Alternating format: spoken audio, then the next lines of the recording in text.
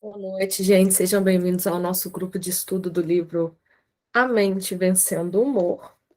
Hoje nós vamos falar do capítulo 3 sobre 13, né? Compreendendo a depressão. Vou compartilhar a tela aqui com vocês. E hoje a gente vai falar somente sobre depressão. Então, caso você ainda não saiba como fazer diagnóstico, como tratar, hoje a gente vai dar uma introdução baseando no livro, né? A questão do diagnóstico, o livro não vem falar, mas a gente já sabe. Meu DSM não está aqui pertinho. A gente vai fazer diagnóstico, nós, como os profissionais da saúde, né, psicólogos ou psiquiatras, nós fazemos o diagnóstico com base no DSM-5, e aí a gente pode fazer uso de algumas ferramentas, alguns testes psicológicos para chegar aqui no diagnóstico de depressão.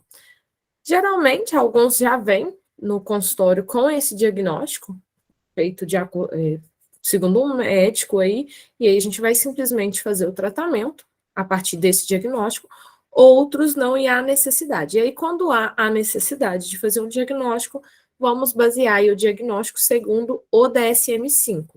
Esse capítulo, ele não vem para fazer esse diagnóstico, ele vem para ajudar a gente a tratar e compreender como a depressão ela vai funcionar. Entrando no livro, ele vai fazer aqui um resumo, né, de 3 dos nossos clientes que a gente já está acompanhando, Paulo, Vitor e Marisa. E aí vamos seguir aqui para a gente entender melhor como a gente compreende, como a gente pode fazer para trabalhar essa questão. Paulo viveu a maior parte da sua vida sem ficar gravemente deprimido. Sua depressão surgiu durante um ano difícil em que um de seus melhores amigos morreu e a sua esposa Silvia foi diagnosticada com câncer. Embora o tratamento de Silvia tenha corrido bem e ela tenha se recuperado completamente, Paulo começou a se sentir desanimado e sem esperança quanto a seu futuro. Ele perdeu o apetite, parou de fazer coisas que gostava e em certos dias era difícil para ele até mesmo sair da cama. A depressão de Paulo começou de maneira lenta e gradualmente foi aumentando até que se estendesse um véu negro sobre cada dia. Já Vitor, por sua vez, experimentava um sentimento de inutilidade desde a sua infância. Na maior parte da vida havia lutado contra o alcoolismo, mas vinha conseguindo se manter sóbrio nos últimos anos com o apoio da sua esposa e dos alcoólicos anônimos. Vitor nunca foi vencido pela depressão, entretanto, na maior parte do tempo, tinha um nível baixo de depressão que consistia, sobretudo, de insegurança e um sentimento de inadequação. A gente está vendo 2 tipos aqui, 3 tipos, né, com a Marisa. A gente vai falar agora sobre outro tipo de depressão. Marisa, conforme a gente já sabe, né, já havia vivenciado depressão grave muitas vezes durante sua vida. Ela foi abusada sexualmente por seu pai quando criança e depois fisicamente por 2 maridos. Quando sua depressão era grave, ela lutava contra impulsos de se machucar, apresentando inclusive 2 tentativas de suicídio. Desde tenra idade, aprendeu a pensar em si de forma negativa. Sua depressão era perturbadora em sua vida e dificultava sua concentração no trabalho. Algumas vezes a depressão era tão intensa que ela chegava tarde no trabalho e tinha dificuldade de se concentrar. Em consequência, estava correndo risco de perder o emprego. Deixa eu pegar o DSM, gente, só para ajudar a gente aqui um pouquinho.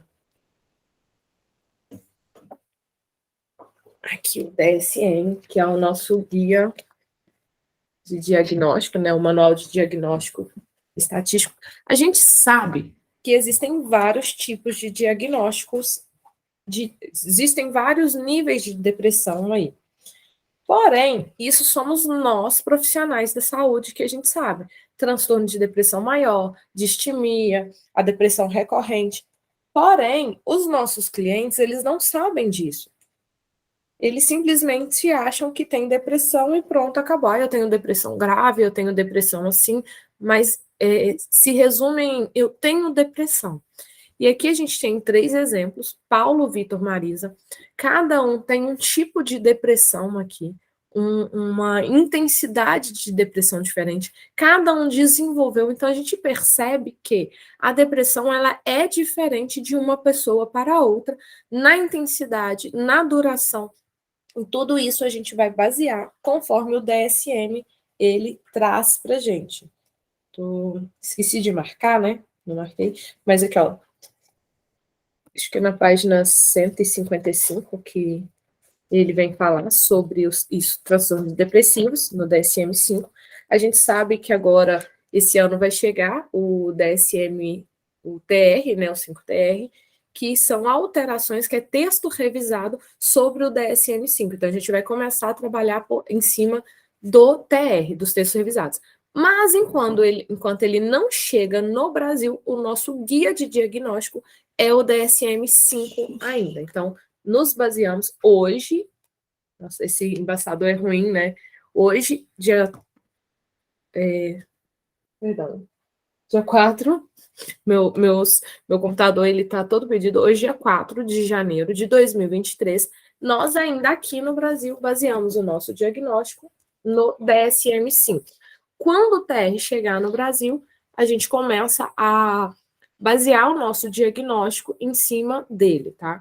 Então, nós temos transtorno depressivo maior, temos episódio único com episódio recorrente, temos depressivo persistente, distimia, temos o disfórico pré-menstrual, temos devido a outra condição médica, temos transtorno depressivo não especificado, outros especificados. Então, a gente tem aí várias classificações segundo o nosso DSM aqui.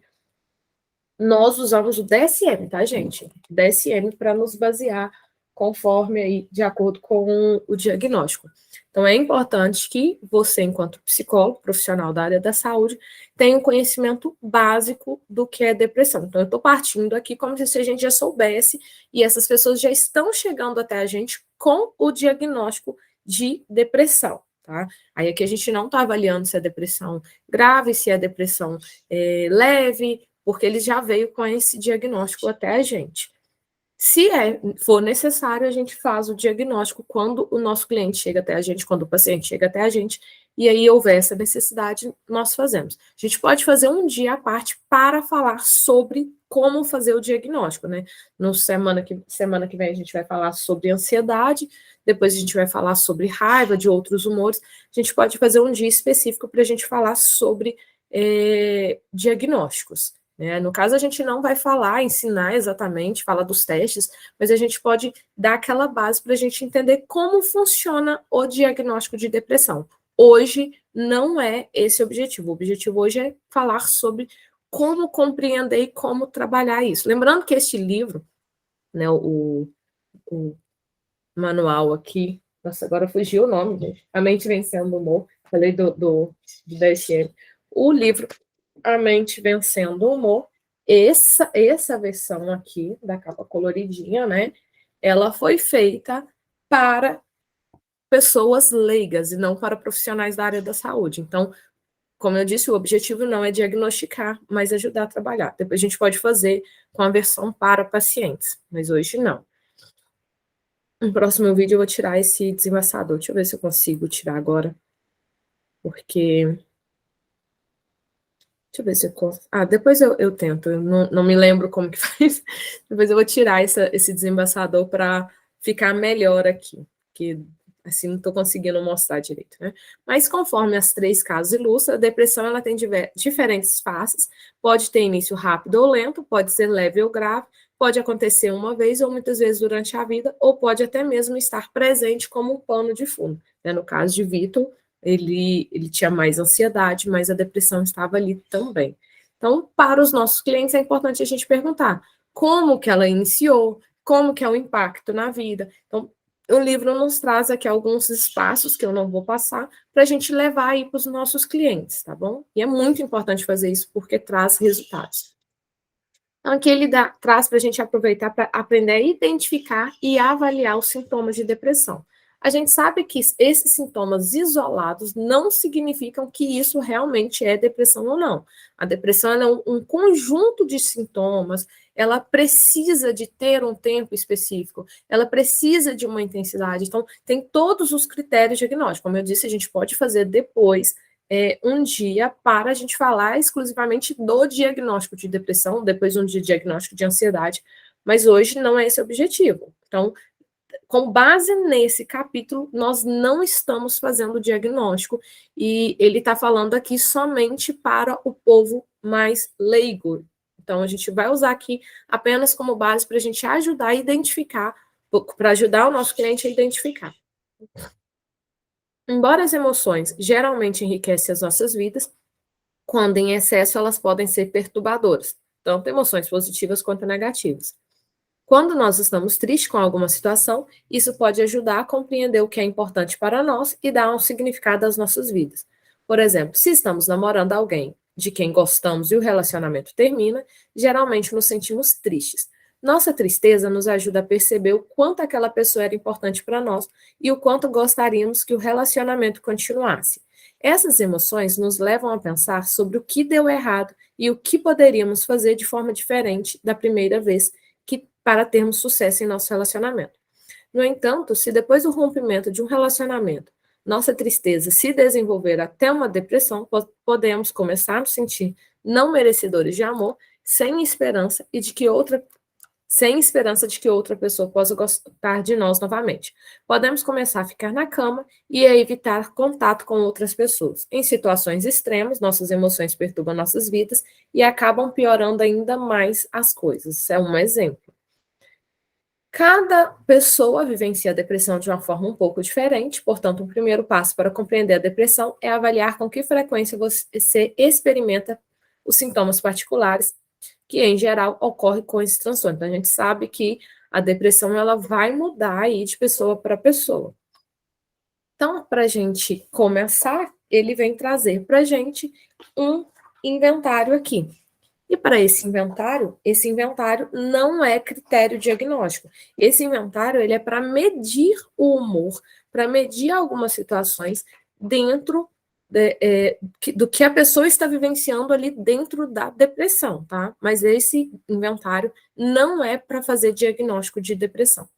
Então, no livro, no negócio que ele vai ter vários negócios para você marcar, e aqui ele fala assim, ó, se você não conseguir se decidir entre dois números, adicione apenas o mais alto e compare os scores uma ou duas vezes por semana para ver se algum dos seus sintomas está diminuindo. Na verdade, se comparar uma ou duas vezes, a gente não vai aplicar ele sempre uma ou duas vezes, a gente vai aplicar aí talvez uma vez por semana, dependendo da necessidade, e se a pessoa for um pouco, com a depressão um pouco mais leve, a gente pode fazer um de 15 dias também. E se seus scores continuar aumentando e não mudarem por um período de 6 semanas, apesar de você estar fazendo os exercícios, pode ser um sinal de que você precisa experimentar uma abordagem diferente ou pedir a ajuda de um profissional, porque tem pessoas que estão fazendo todo esse exercício e eles estão fazendo por conta própria, e a gente sabe que quem está aplicando os exercícios do livro em si mesmo, sabe que é bem difícil, é mais complicado, né? Então, tem pessoas que estão fazendo assim, precisam às vezes de um profissional para conseguir aplicar isso melhor, para conseguir entender, ou mudar a abordagem, alguma coisa precisa ser diferente. E aí, esse inventário da depressão, a mente vencendo o humor. A pessoa ela vai circular o que ela tá, por exemplo, humor triste ou deprimido. Como que tá? Nem um pouco, às vezes, frequentemente, a maior parte do tempo. Isso é durante a semana. A semana tem 7 dias, né? Ou se ela vai fazer 2 vezes na semana e está medindo 3 dias, 3 dias. Então, ela vai avaliar naqueles dias ali como tá esse humor aqui, né? Humor triste, sentimento de culpa, humor irritado, menos interesse. Então, tem vários, ela vai circular se está nem um pouco, às vezes, frequentemente, ou a maior parte do tempo. Aí eu não sei se está às vezes ou frequentemente, então marca frequentemente. Ah, mas eu não sei se está frequentemente ou a maior parte do tempo, marque a maior parte do tempo. Marcou todas as perguntas, aqui a gente vai colocar embaixo ó, o score, a soma de todos os números circulados. Quanto que deu, você vai anotar aqui. E aí ele traz essa tabela aqui para você anotar. Por exemplo, aqui embaixo tem a data, hoje, dia 5, eu coloco aqui, dia 5, meu 48, eu venho e dou um xizinho aqui, ó. Aí, semana que vem, eu faço a nota aqui de novo, deu 39, eu marco um xizinho. Mas aumentou, na outra semana eu venho e dou um xizinho. Eu continuo fazendo aqui e marcando a data aqui embaixo e qual score que deu ali em cima. É importante, a gente falou isso em todos os capítulos anteriores, né? Acho que foi do 4, ele até vem falar isso depois, acho que é a partir do 4 até o capítulo 12. Ele vem falando sobre isso, para a gente fazer a cada de semana em semana, ou de 15 em 15 dias, aplicar esse inventário, porque esse inventário ele não é um diagnóstico. Esse inventário ele está apenas medindo o nosso humor. Tá? Ele é um inventário para medir como está aí o nosso humor, se a gente está tendo uma alteração, se a gente está evoluindo, porque a gente sabe que alguns desses sintomas realmente fazem parte da depressão, outros podem se sentir prejudicados ali um pouco pela depressão, mas não fazem parte do diagnóstico. A gente vê na internet que tá surgindo uma modinha de alguns profissionais, eu falo profissionais com C cedilhas, porque tá tendo uma moda de certos profissionais que não seguem o DSM. Vou repetir, o DSM é o nosso manual de diagnóstico. Então, se o DSM ele não tem tal coisa como sintoma, mas eu tenho depressão e eu sinto tal sintoma. Esse sintoma faz parte da depressão? Não. Você tem esse sintoma, mas ele não faz parte da depressão. Não é porque você tem depressão que você tem tal sintoma. A gente está vendo aí uma propagação muito grande de alguns profissionais falando que fulano tem tal transtorno e aí tem tal coisa. Né? Eu falar aqui do TDAH, né? Eu estou vendo, tá até ridículo, porque eu falo que é falta de ler um pouco desse profissional, falando que pessoa que tem TDAH, ela não tem sentimentos e tal, talvez ela tenha um outro transtorno associado, mas não é característica diagnóstica do TDAH. Se a pessoa tem isso, não é porque tem TDAH, tá? Então, quando a gente fala de depressão, leia o critério diagnóstico de depressão para você conseguir psicoeducar. É nossa responsabilidade psicoeducar o nosso cliente sobre o transtorno que ele tem. Então, o inventário de depressão do livro A Mente Vencendo o Humor não é uma ferramenta de psicodiagnóstico. Nossa ferramenta de psicodiagnóstico é o DSM. Tem outras ferramentas, não sei se a escala Beck voltou a ser favorável, não consultei, então não posso falar. Mas, assim, tem alguns, me parece que sim, mas que seja. Tem várias ferramentas lá no site, no Satep Psi, que são favoráveis para a gente fazer também a avaliação, mas se baseie no DSM-5. Mas a pessoa tem tal diagnóstico, tem diagnóstico de depressão e tem tal sintoma que o DSM não fala. Então, esse diagnóstico que ela está sentindo não tem nada a ver com ela ter, né, com o fato dela ter depressão ou não.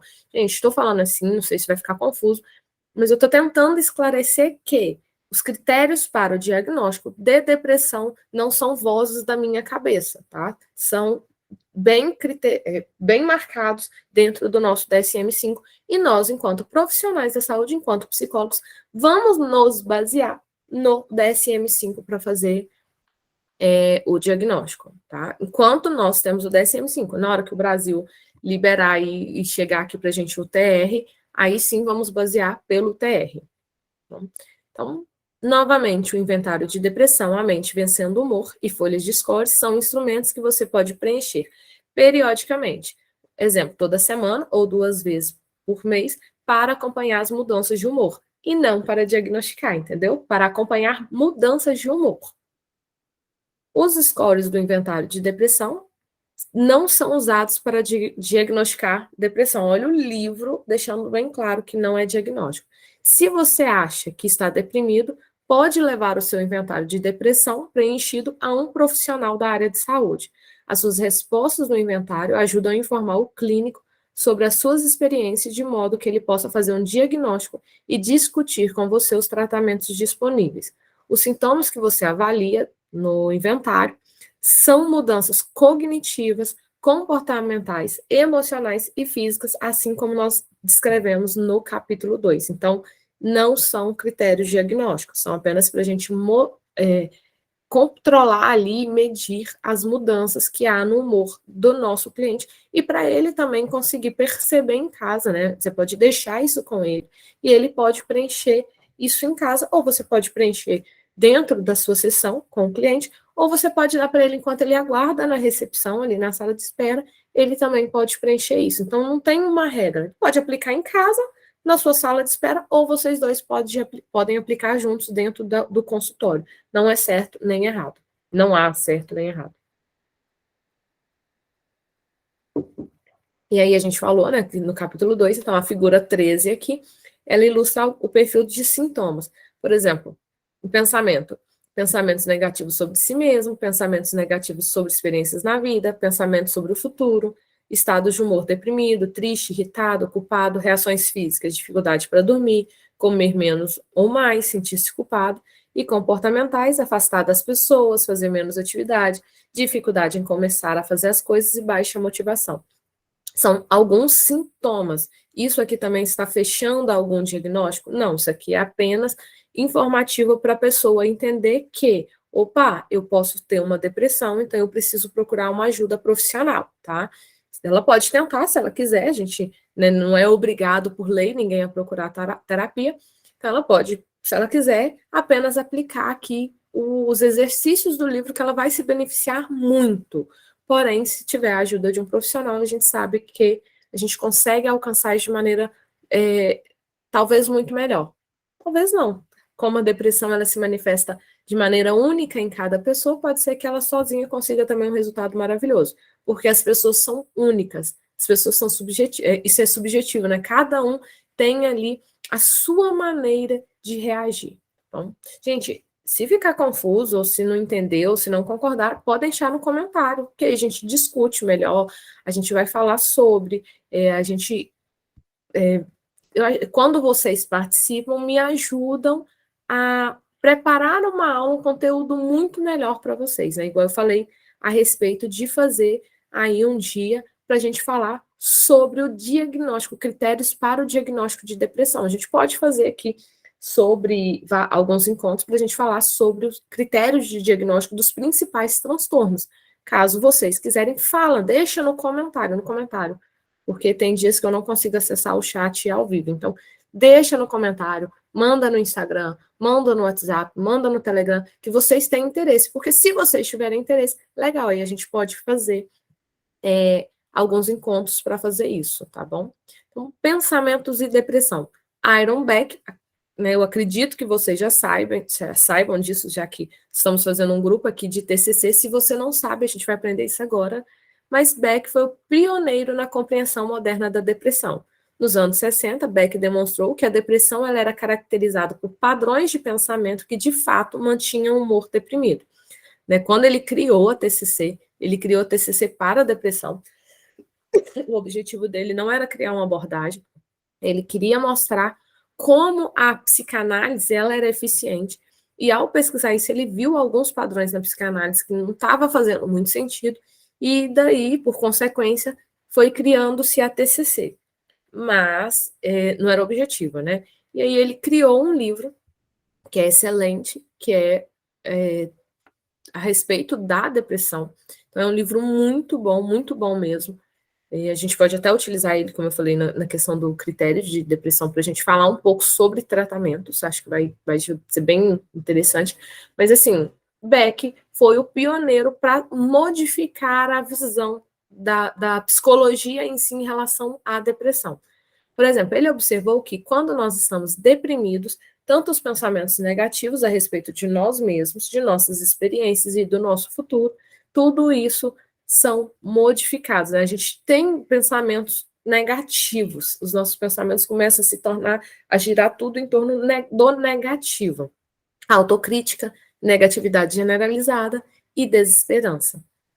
Quando eu falo em relação a mim mesmo, meus pensamentos, então, antes de iniciar a TCC, Marisa era extremamente autocrítica. Por exemplo, ela pensava, essas coisas terríveis acontecem comigo porque eu sou má, sou uma péssima mãe, sou uma pessoa horrível, é minha culpa eu ter apanhado dos meus maridos.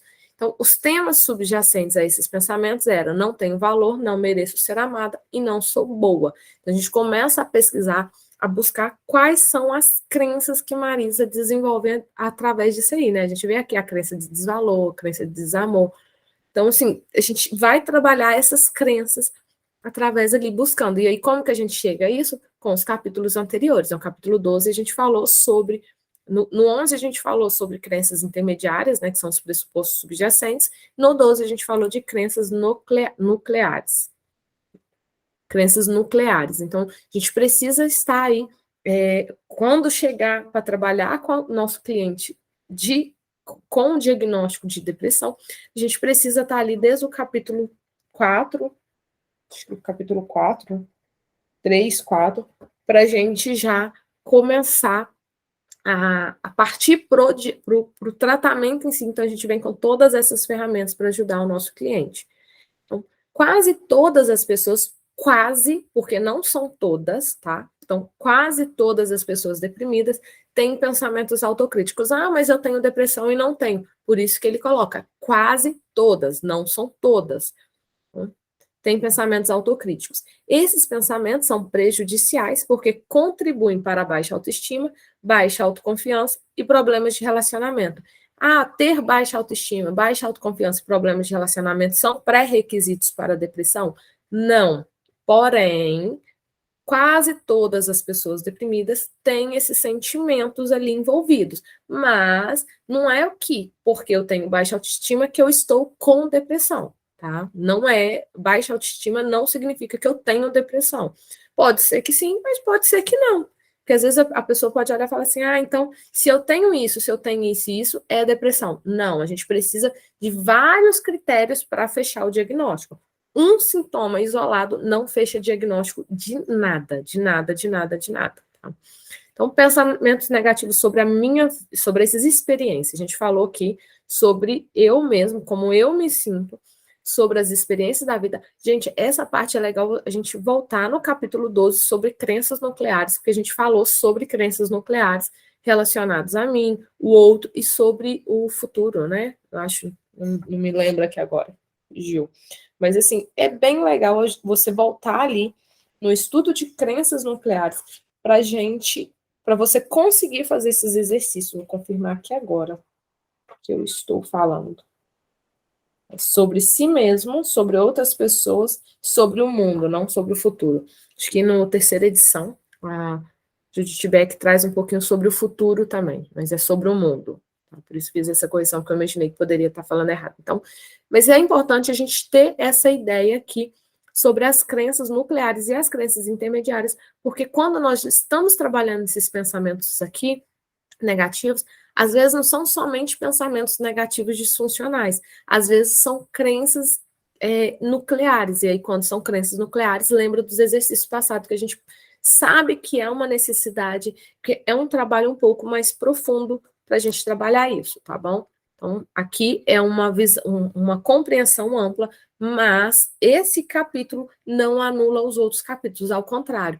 Esse capítulo, justamente, ele vai pegar os outros capítulos para que ele faça sentido. Então, pensar em suas experiências atuais de forma negativa é outra característica do pensamento depressivo. É característica, também não é o que define estar ou não em depressão. Com frequência, não consideramos os acontecimentos por seu valor original.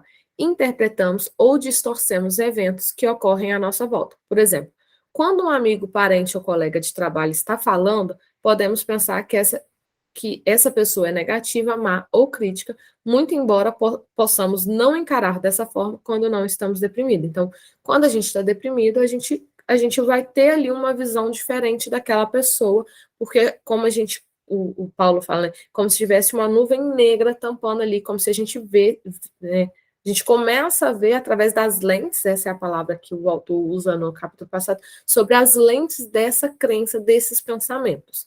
A gente começa a ver as coisas um pouco embaçado. O pensamento negativo sobre nossas experiências também é um estilo de pensamento no qual notamos e nos lembramos de aspectos negativos de nossa vida de forma mais vivida do que dos eventos positivos ou neutros. Então, a gente vai focar mais no negativo. Por exemplo, quando nós estamos deprimidos, tendemos a olhar e a lembrar de coisas negativas que acontecem durante o dia e não das coisas positivas. Uma vez eu postei lá no Instagram assim, que a gente às vezes chega no final do dia e fala assim, nossa, o meu dia foi horrível, horrível.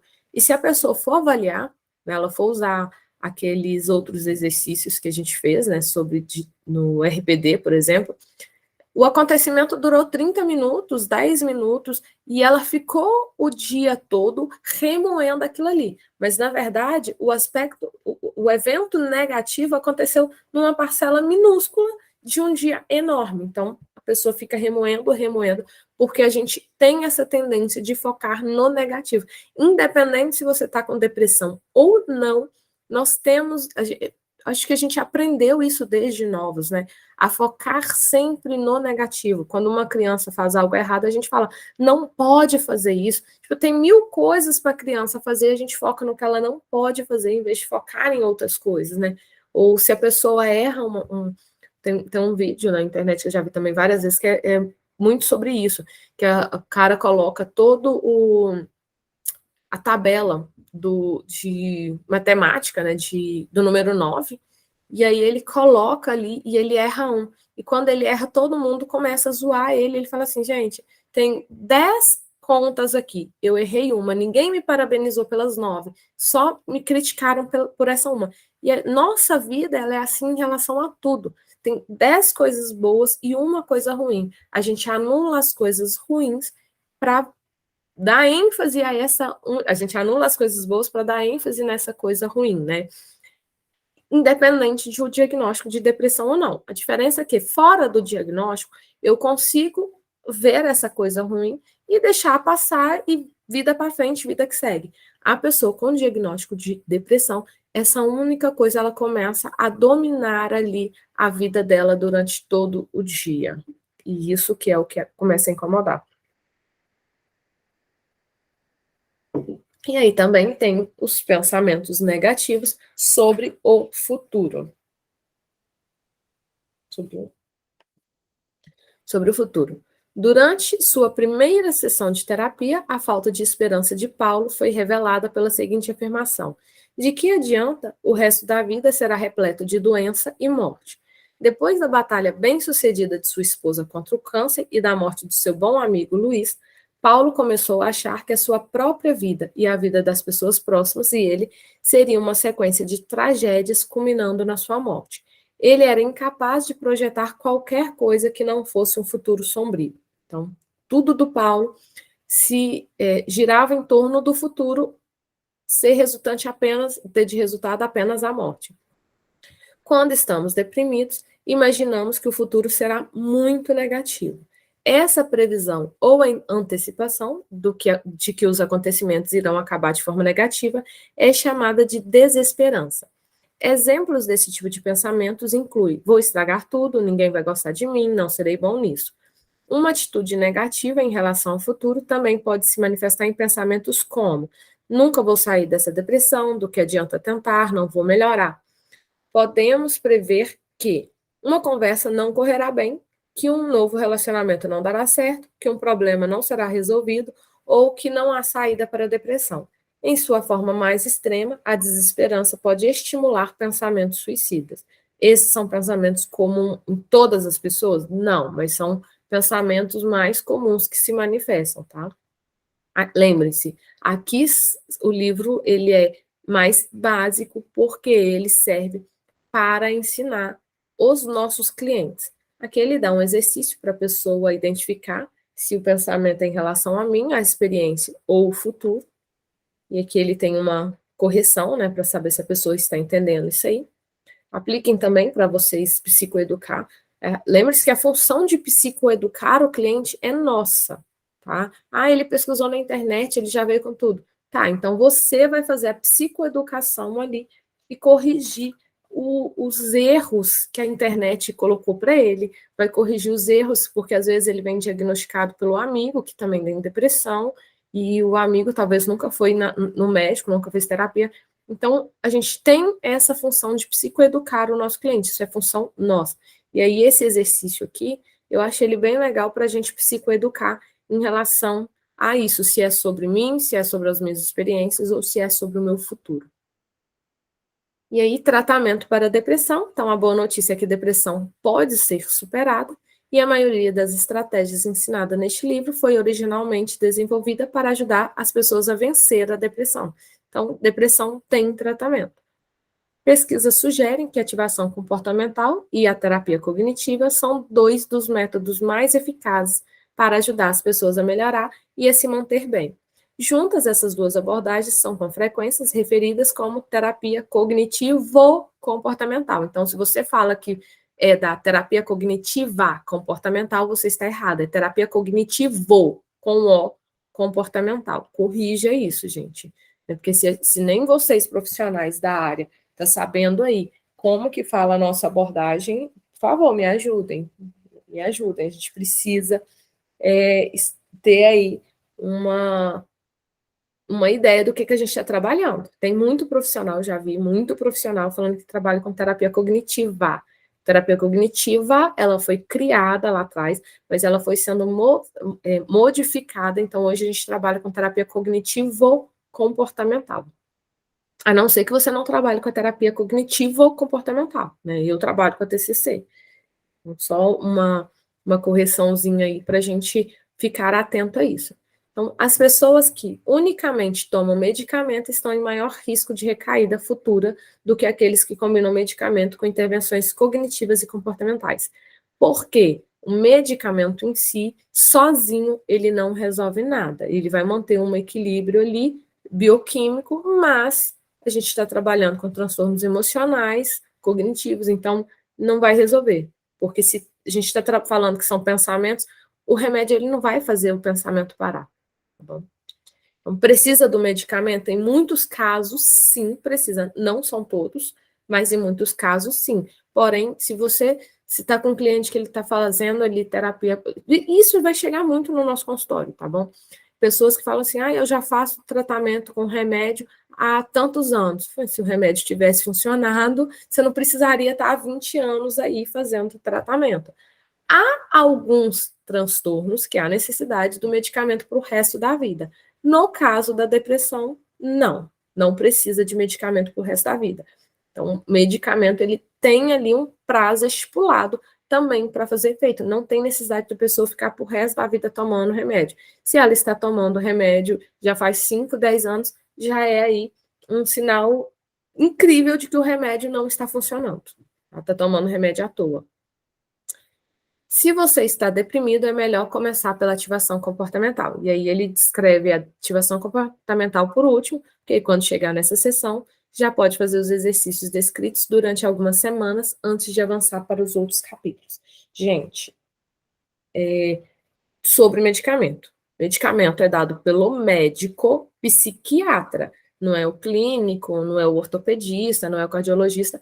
Remédios psiquiátricos são dados pelo médico psiquiátrico. Aí eu tô falando aqui, então se você toma 5, 10 anos, o remédio não está fazendo efeito, você vai parar de tomar. De forma alguma, nunca pare de tomar um medicamento controlado de qualquer maneira, porque vai acontecer o efeito rebote. Seu corpo já está tão acostumado com o remédio que se você parar de tomar ele de maneira brusca, o que você vai sentir vai ser muito pior do que com o medicamento ou antes de tomar o medicamento. Então, nunca faça isso. Né? Nunca pare de tomar por conta própria. Se você não quiser tomar, você vai chegar no médico e vai conversar com ele e ele vai fazer o desmame aí do medicamento, tá bom? Nunca pare de tomar. E, gente, pelo amor de Deus, vamos psicoeducar isso para os nossos clientes, tá bom? Vamos psicoeducar os nossos clientes sobre isso, para que eles nunca... Eu já atendi pessoas que me falaram que o psicólogo falou que ele não precisava de tomar mais remédio e parou de tomar. Tipo, pelo amor de Deus. Nós, psicólogos, por mais que nós temos psicofarmacologia no nosso curso, a gente tem ali, tem que ter um mínimo básico do conhecimento sobre remédio, nós não trabalhamos com remédios. Então, nunca, em hipótese alguma, faça a retirada de medicamento. Encaminhe para o psiquiatra, tá? Qualquer coisa, liga para o psiquiatra, converse com o psiquiatra, explica por que reduzir, mas você nunca tira o medicamento, a não ser que você seja o psiquiatra que está acompanhando, que não é o nosso caso, né? Somos psicólogos. Então, tenha essa atenção e esse cuidado, isso é questão de ética. Então, terapia cognitiva, quando nós estamos deprimidos, tendemos a notar e a lembrar de aspectos negativos de nossas experiências com mais facilidade do que dos aspectos positivos ou neutros. Também estamos mais propensos a interpretar os eventos em nossas vidas com viés negativo. Quando não estamos deprimidos, tendemos a interpretar os eventos com viés positivo. Faz parte, os pensamentos negativos está ali muito grande, muito aflorado na depressão. A terapia cognitiva ensina, aqui não estou falando de terapia cognitivo-comportamental, estou falando só da cognitiva. Ela ensina as pessoas a identificar, testar e mudar os pensamentos negativos revisando todas as informações em sua vida, positivas e neutras, além das negativas. Então, ela vai identificar e testar os pensamentos negativos, apenas os pensamentos. Não vai trabalhar com a questão comportamental.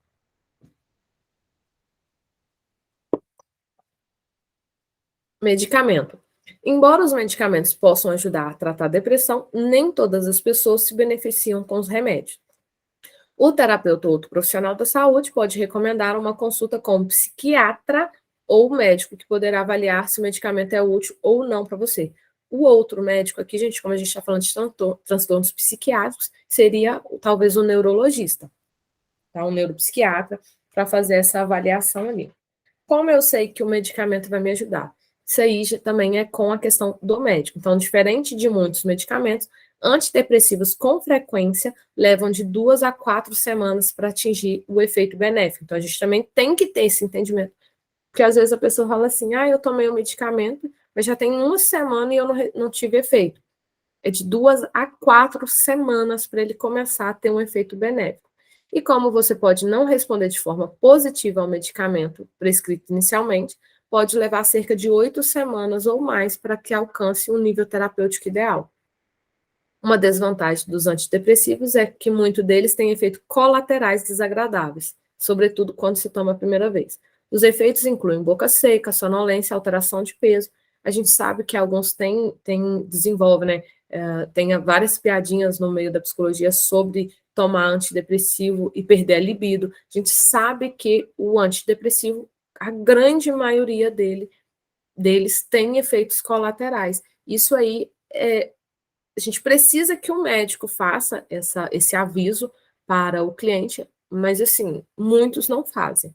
Muitos médicos não fazem, não são todos, muitos não fazem. Então, nós, enquanto profissionais da área da saúde, enquanto terapeutas, psicólogos, a gente tem que ter a ideia aí e saber quais são os efeitos colaterais desse medicamento. Mas eu não sei.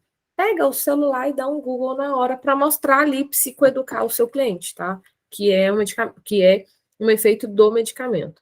Ainda existe esse preconceito, né, de tomar medicamento significa que sou um louco, mas a gente também psicoeduca o nosso cliente a ter essa ideia aqui, entender. Por quanto tempo precisa tomar? Então, provavelmente vai tomar por 1 ou 2 anos, se fizer terapia, embora algumas pessoas vão precisar de um pouco mais de tempo, mas olha que interessante, por 1 ou 2 anos, ou um pouco mais de tempo, de acordo com o seu nível de depressão. Mas é para o resto da vida? Não, não é para o resto da vida. É importante que você siga orientações médicas ao tomar e ao parar de tomar os agentes antidepressivos. Então, para tomar o remédio, tem que ter orientação do médico, porque às vezes, em vez de trazer benefício, vai trazer muito malefício. Eu tive uma cliente que começou a tomar um medicamento por conta própria, que um amigo na academia indicou, e eu orientei e falei, olha, vai no médico. Mas eu não tenho condição de ir no médico. Ela tinha, sim, condição de ir no médico. Eu expliquei sobre a demora, que ia demorar, que poderia ter outros efeitos, e orientar, olha, vai no médico, não tome, porque o médico ele vai te dar a dosagem certa, de acordo com o seu tamanho, de acordo com o seu peso, porque tem isso também, gente, não adianta uma pessoa igual eu, que sou muito magra, e uma pessoa que pesa muito além do peso, não adianta, o remédio que eu tomo não é a mesma dosagem que ela. Então, o médico, ele está preparado para fazer todas essas orientações de melhor horário, do melhor remédio. Então, ele vai avaliar todas as coisas, não ouça. No caso dessa paciente, eu indiquei a ela ir no médico, orientei várias vezes, e ela falou, não, depois ela chegou e falou assim, não, eu não estou tomando medicamento, não. Claro que eu sabia que ela estava mentindo. Resultado, 1 mês depois, ela estava numa situação horrível por causa do medicamento. E aí ela falou, o que eu vou fazer? Eu olhei e falei, vai no médico, porque agora, além do dinheiro que ela vai gastar com a consulta com o médico, que ela já poderia ter gasto inicialmente, ela vai gastar para resolver as consequências que aquele medicamento causou no corpo dela. Então, olha só, às vezes a gente precisa gastar um pouquinho com o médico para evitar gastos muito piores depois, tá? Então, a gente tem que psicoeducar o nosso cliente em relação a isso também. Muitos clientes vão apenas no médico, não querer fazer terapia, outros vão querer fazer terapia e não vão querer tomar medicamento. Eu tive uma cliente que eu meio que briguei com ela e, entre aspas, obriguei ela a ir no médico para fazer o uso do remédio, mas ela estava em uma situação em relação ao sono e ela precisava de tomar um medicamento para dormir, porque ela estava há muitos dias já sem dormir e aquilo estava sendo prejudicial. E aí nós entramos em contato com o médico, e eu falo que é um médico que eu indico para todos os meus clientes, indico mesmo, e ele entendeu o caso dela, entendeu o medo dela, e eu achei o máximo, porque ela precisava de tomar o remédio para dormir, e ele já deu o remédio para ela como se fosse um desmame. Era um remédio que fazia efeito rápido, que era remédio para dormir, então ele fazia efeito com poucas horas, mas ela tinha medo de ficar dependente. Então o médico já passou para ela com dosagens reduzidas, e assim, foi extremamente importante para eu conseguir fazer o meu trabalho. Porque na situação que ela estava sem medicamento, eu poderia fazer 1000 coisas que a gente não iria conseguir alcançar resultados, porque era uma situação um pouco delicada. Tá? Então, algumas terapias também vai falar sobre o trabalho das relações interpessoais, então vai enfatizar a importância de melhorar esses relacionamentos íntimos. Em relacionamentos íntimos, a gente não está falando de relacionamento sexual, mas com famílias e amigos que prestam apoio positivo para ajudar a recuperar da depressão. Portanto, entretanto, todavia, a gente já sabe, porém, né? Falei, portanto, porém, se o relacionamento é abusivo ou o relacionamento que o critica bastante, é mais difícil se recuperar da depressão. Então, a pessoa ela tem que ter também essa ideia. O relacionamento íntimo ali, familiar ou amigos, ele vai ajudar bastante, mas também ele pode ser um peso muito grande. Isso a gente tem que fazer com muito cuidado essa avaliação para conversar com o nosso cliente, porque a gente não vai falar para ele se separar, mas se o relacionamento é abusivo, se é um relacionamento que está agredindo a pessoa, né, um relacionamento em que o homem bate na mulher, a gente tem que orientar ela sobre uma rede de apoio que existe para ela, que ela consiga sair daquilo ali. Tá? É um trabalho um pouco mais complicado quando entra nisso, mas também não é impossível de fazer. Não é o foco aqui no momento falar sobre isso, mas a gente sabe que tem toda uma rede de apoio e a gente vai fazer um trabalho todo com cuidado para que a pessoa consiga sair desse relacionamento abusivo. Então, ativação comportamental, que é o que a gente vai fazer aí, que é o que gera muito resultado para a pessoa. Se acompanhar suas atividades e os sentimentos de depressão, você descobrirá que, quando está deprimido, fica menos ativo.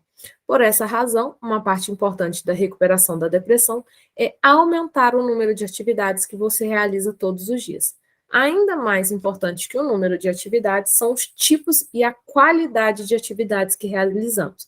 Em geral, o maior estimulante para o humor é obtido com atividades que nos geram prazer e sensação de realização, que nos levam a nos aproximar cada vez de evitar os desafios da vida e que estão conectados com o que valorizamos. Então, não é fazer atividades por fazer, mas é aquela que está interligada ali com o nosso senso de valor.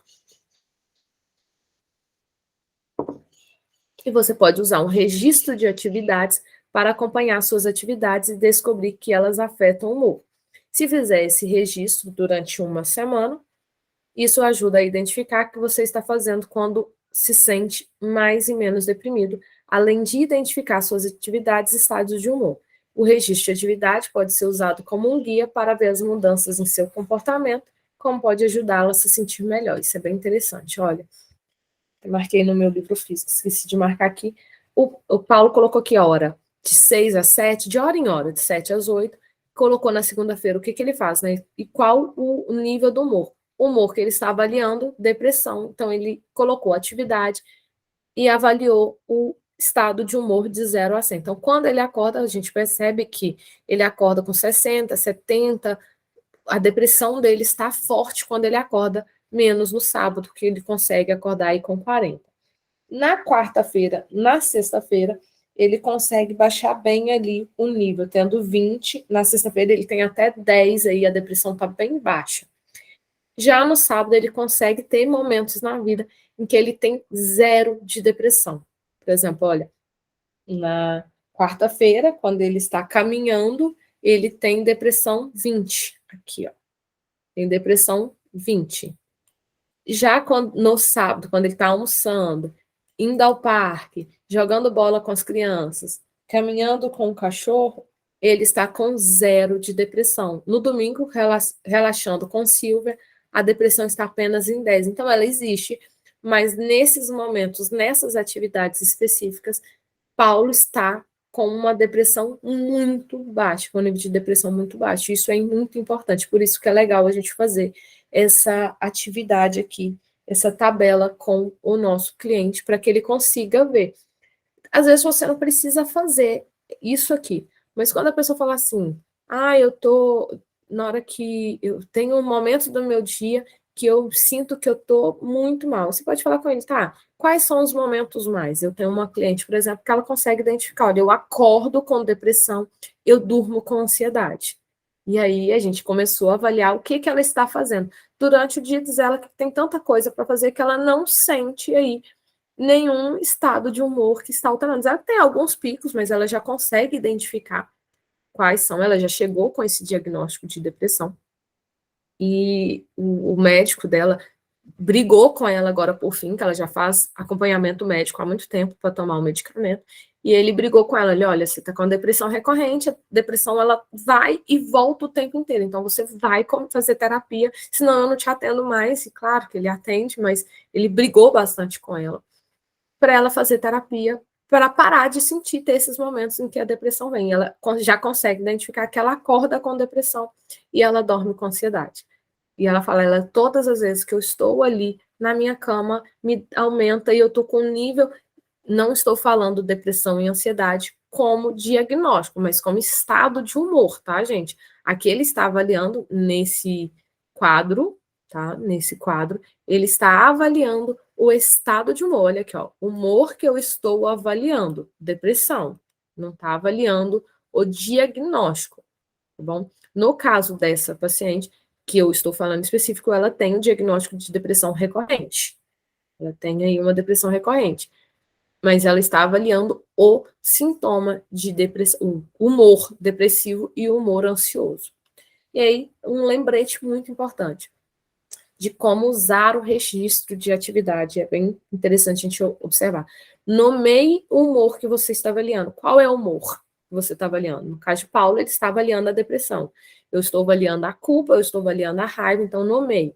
Escreva as atividades para cada hora do dia. Isso aqui é muito rápido, tá, gente? Porque você coloca ali, é questão de segundos. Mas meu dia é tão corrido que eu não tenho. Não tem 5 segundos para anotar?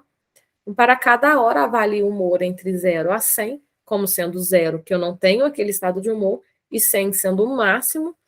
Depois de preencher durante uma semana, procure as relações entre o que você fez e o seu humor. Então, a gente começa a observar. E aí, está aqui para avaliar, de 0 a 100, e o registro para ele preencher o que ele está fazendo. Essa tabela é para anotar a atividade que ele está fazendo. A gente vai ter uma aqui que ele vai marcar como fazer, o que fazer ainda para acrescentar novas atividades. Essa aqui não, essas aqui já são as atividades que ele está fazendo.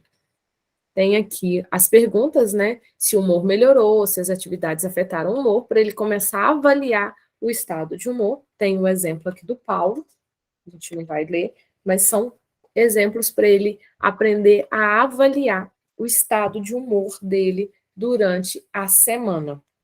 E é muito rico esse exercício, é muito bom ele fazer. Então, a gente não sabe com certeza por que as pessoas deprimidas frequentemente se sentem melhor quando estão mais ativas, mas elas se sentem melhor quando estão mais ativas, tá bom? Alguns tipos de atividade, por exemplo, como caminhar, aumenta substâncias químicas no cérebro associado ao bem-estar. Então, pode ser que seja por isso. Quando estamos fazendo nada, com frequência pensamos em coisas negativas repetidamente. A atividade ajuda a nos distanciarmos do pensamento negativo. Sabe aquele ditado que a gente usa muito, que mente vazia, oficina do diabo? Então, é mais ou menos isso. Quando a gente não tem nada para fazer, a gente está com o tempo mais livre para pensar em coisas ruins. Talvez seja por isso. Quando a gente está ocupado, a gente não tem tempo. Pode ser. As atividades podem nos dar a oportunidade de obter realização, por exemplo, organizar uma sala, uma escrivaninha, arrumar o guarda-roupa, que é chato, mas a gente faz, e dá uma realização depois que faz. Fazer alguma coisa prazerosa, por exemplo, conversar com alguém quando gostamos é prazeroso, ou resolver um problema, por exemplo, começar a trabalhar em algo que precisa ser feito. Fazer atividades que são importantes para nós ou que estão associadas a coisas ou a pessoas que valorizamos ajuda a criar um significado em nossa vida. Como um primeiro passo no tratamento da depressão, frequentemente é útil aumentar as atividades, em especial as prazerosas, aquelas que criam uma sensação de realização, aquelas também que nos ajudam a resolver coisas em vez de evitar, e aquelas que refletem nossos valores. Para verificar isso, você preenche novamente. Então, você vai aumentando de pouco a pouco. Conseguiu fazer isso? Preencha aquele exercício lá, a folha 13.1, para verificar como está aí o estado de humor. Eu preciso fazer 1000 coisas ao mesmo tempo? Não, a gente está falando de pessoas que estão com depressão e geralmente a energia dessas pessoas está baixa. Tem pessoas que conseguem ser ativos ali, estar com depressão, elas estão ativas para disfarçar a depressão. Porém, é mais difícil para a maioria das pessoas em depressão fazer atividades. Então, a gente começa de pouco a pouco, inserindo coisas para que ela faça, para sair desse foco de não fazer nada, tá? Para ir aumentando a energia dela. E aí, ao fazer isso, a gente vai preencher aquele inventário novamente para medir como que está. Lembrando, o inventário é para medir o estado de humor e não para fazer diagnóstico. Por isso que ele é aplicado de tempo em tempo para ver como que está ali o humor, se está tendo uma oscilação, se está melhorando o estado dela ali ou não. Esse exercício aqui ele é muito importante. Eu vou passar com vocês sobre a do Paulo, e ele é muito legal para a gente fazer isso para os nossos clientes. Ó. A próxima folha ela é semelhante ao registro de atividades, mas é um cronograma de atividades, porque você vai anotar atividades planejadas antecipadamente, com a expectativa que você vai fazer e se sentir melhor. E aqui é do Paulo, ó. Atividades prazerosas. Ele ainda não faz, mas ele quer fazer uma caminhada com Silvia, visitar os netos, jogar golfe, jogar bola. Atividades que atingem o objetivo. Consertar a torneira que está pingando. Então, são coisas que ele precisa fazer, mas que ele também evita. Consertar a torneira, construir uma casa de passarinhos. Tem várias outras ali, né? Pagar as contas. O que eu posso começar a fazer, mas que eu venho evitado. Telefonar para marcar uma consulta com o médico, levantar da cama imediatamente. A gente vê que Paulo, ele tem uma depressão grande ali ao acordar. Então, talvez ele fica ali, acorda, ele colocou de 6 a 7, ele está acordando. Então, em vez de ele acordar, ele fica ali enrolando na cama. E aí, uma atividade que ele pode fazer é levantar da cama imediatamente, em vez de ficar na cama só sentindo a depressão. Atividades que vão de encontro aos meus valores. Posso assumir mais trabalho voluntário na igreja, ajudar os netos com seus deveres de casa, oferecer-me para consertar o portão do vizinho. Então, ele começa a fazer aqui atividades. Então, planejar, a ideia é programar para que realize essas atividades, tá bom? Olha, programe atividades que são prazerosas ou que atingem um objetivo. Planejar e realizar, que são prazerosas, você vai fazer mudanças comportamentais que automaticamente reduzem a depressão. Isso é uma ativação comportamental e é muito eficiente para ajudar essas pessoas a saírem, a vencer a depressão. Então, realizar 10 atividades prazerosas em uma semana provavelmente ajuda você mais do que você fazer apenas 5. E, gente, as atividades não precisam ser grandiosas, igual ele colocou, fazer caminhada, passear com o cachorro, jogar golfe. Então, fazer 10 atividades me ajuda muito mais do que eu fizer apenas 5. Porém, se eu fizer 5, me ajuda muito mais do que não fazer nenhuma, tá? Então, comece de passo a passo. Realizar atividades que são prazerosas provavelmente vai ajudar você fazer mais do que vai te ajudar mais do que não fazer as atividades, tá? Então, quanto mais prazerosa, mais vai me ajudar. Pessoas diferentes gostam de atividades diferentes, então escolha atividade que faça sentido para você. Atividades não precisam ser caras nem demoradas, posso fazer apenas uma caminhada. E aí ele coloca várias atividades aqui que podem ser prazerosas. Conversar com um amigo, ouvir música, jogar um game no computador, fazer uma caminhada, sair para almoçar. Então tem várias aqui. E aí ele mostra aqui para a gente preencher as atividades, assim como o Paulo fez. e colocar aqui o cronograma, né? Qual humor que eu estou avaliando? Lembrando, Paulo está avaliando a depressão. Ele coloca assim, eu vou caminhar na quinta-feira de 10 às 11. Então, ele coloca aqui caminhar de quinta-feira às 10 às 11, e depois ele vai colocar qual era de 0 a 100, como estava a depressão nessa atividade. E aí ele vai preencher aqui tudo. Então, depois que você realiza isso também, faça novamente o inventário de depressão para avaliar como está aí o seu humor, lembrando sempre de preencher naquela folha o score como que está também, tá bom? Mesmo pequenas alterações demonstram que discretas mudanças no comportamento produzem melhoras em seu estado de humor, dependendo do nível de depressão. Pode-se fazer necessário fazer o cronograma durante várias semanas antes que você consiga identificar. Então, às vezes, eu preciso fazer durante várias semanas antes de mudar esse exercício. Ele vem mostrar que sugere fazer uma semana. Então, o capítulo 1 eu vou fazer, o capítulo 13 eu vou fazer com uma semana. Não, o capítulo 13 eu posso gastar um mês para fazer este capítulo. Porque a mudança, ela infelizmente não vem assim no instalar de dedos, ela vem com um processo e eu preciso estar fazendo isso dia após dia, tá bom? Então, a gente está estudando aqui semana por semana. Mas, se você estiver aplicando o exercício na sua vida, não gaste somente uma semana. Faça uma, duas, três, o quanto que for necessário.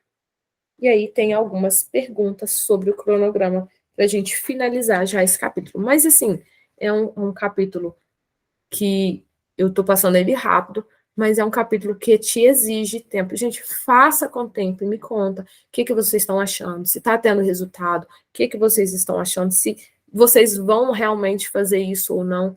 Conta aí para a gente conseguir fazer, uma ajudar o outro aqui, tá bom? Porque o meu objetivo não é simplesmente passar o livro e estudar o capítulo do livro, mas também para a gente compreender melhor aí e um ajudar o outro. Então, essas perguntas podem ajudar caso o humor não melhore. Então, comecei a fazer, mas o meu humor não melhora, o que eu faço? Se eu não quiser fazer as atividades que eu programei, se você não quiser fazer, veja se consegue realizá-la apenas parcialmente, mesmo que por alguns minutos. Frequentemente, não nos sentimos motivados para fazer coisas que de fato começamos a fazê-lo. Você pode se surpreender ao constatar que a motivação vem depois de fazer, em vez de vir antes, em especial quando nós estamos deprimidos. Se você pulou uma ou mais atividade, procure não ficar desanimado, nem seja crítico consigo. Apenas recomece do ponto onde está e faça a atividade seguinte da programação.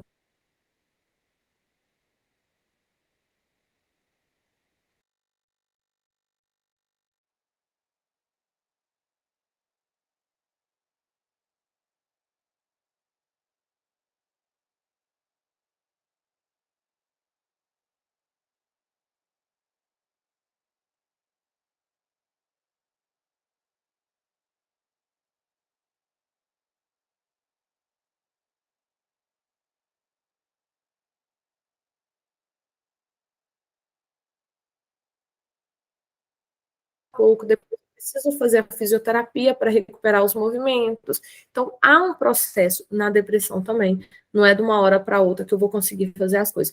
Pode ser que consiga, mas no geral não consegue. Leva-se tempo para atingir aquilo ali.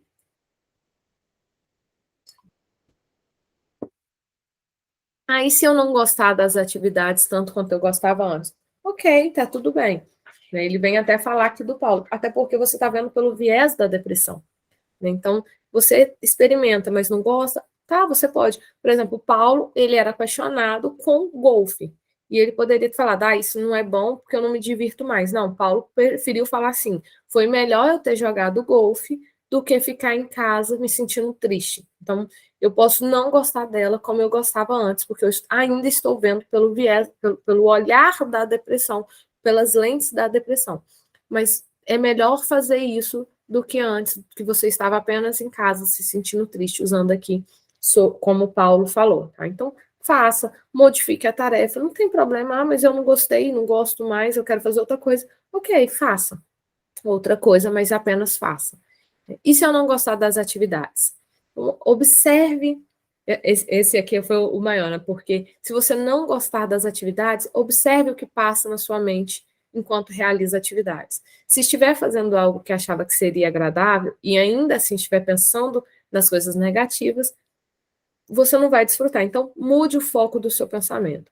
Quando você descobrir ruminando coisas negativas enquanto fizer a atividade, procure focar na atividade em si e buscar algo em relação ao que sente. Eu acho legal que ele vem falar aqui para a gente observar as experiências sensoriais. Então, algumas pessoas, especialmente aquelas que estão deprimidas há muito tempo, têm dificuldade de experimentar estados de humor positivo. Você está tão mal há tanto tempo que é difícil você se sentir bem. Você se sente até mesmo culpado por estar se sentindo bem. Se esse for o seu caso, procure captar cada experiência positiva, por menor que seja. Aceite a experiência positiva. Uma estratégia útil para muitas pessoas que querem vivenciar mais prazer é praticar a captação de prazer. E aí, essa aqui é interessante, porque você começa a observar as experiências sensoriais, visão, olfato, audição e paladar. Então, comece a prestar mesmo, observar as texturas. Eu estou caminhando. Então, comece a observar, caminhe descalço, observe seu pé pisando na grama, observe as árvores à sua volta, comece a ouvir o som dos pássaros. Então, é realmente ficar focado nas suas experiências sensoriais, o que os seus 5 sentidos conseguem captar dessa experiência.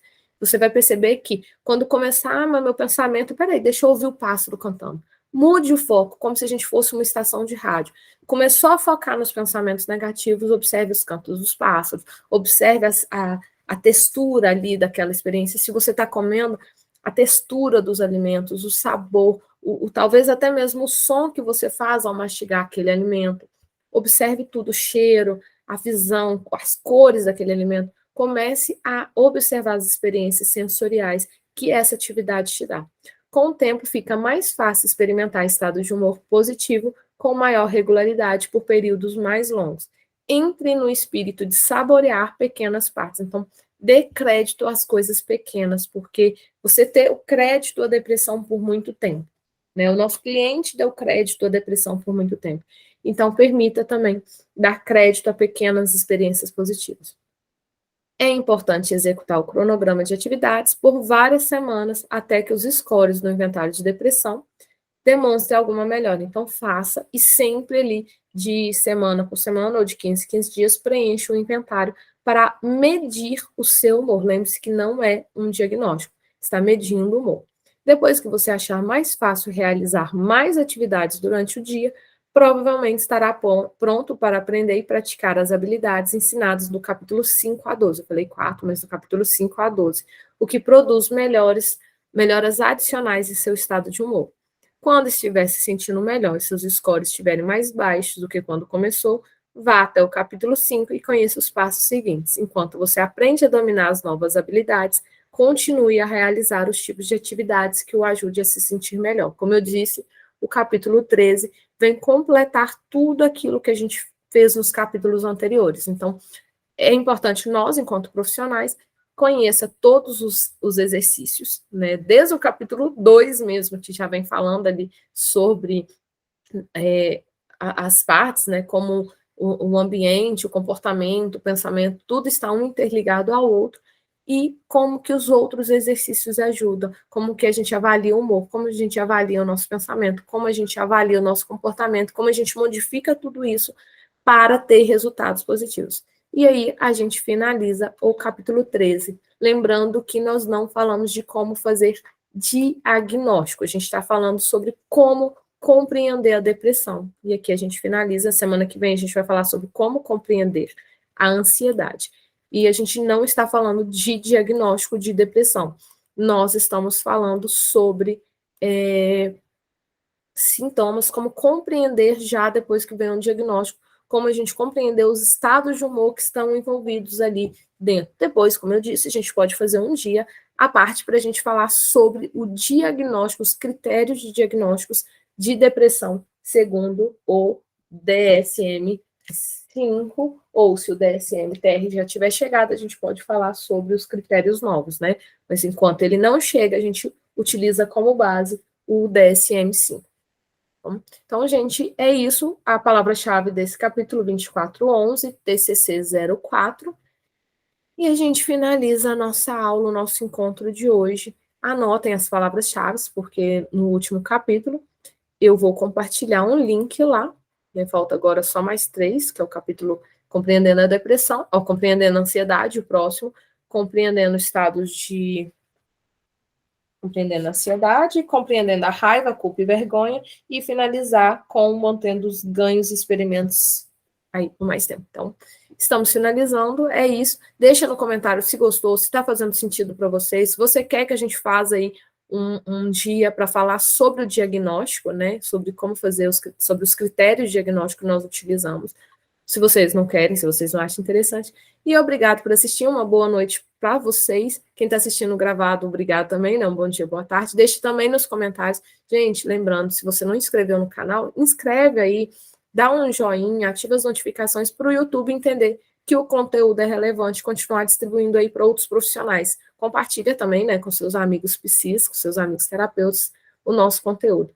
E boa noite aí para vocês e até semana que vem. Ah, eu esqueci, né? Tem que finalizar aqui. Uma boa noite.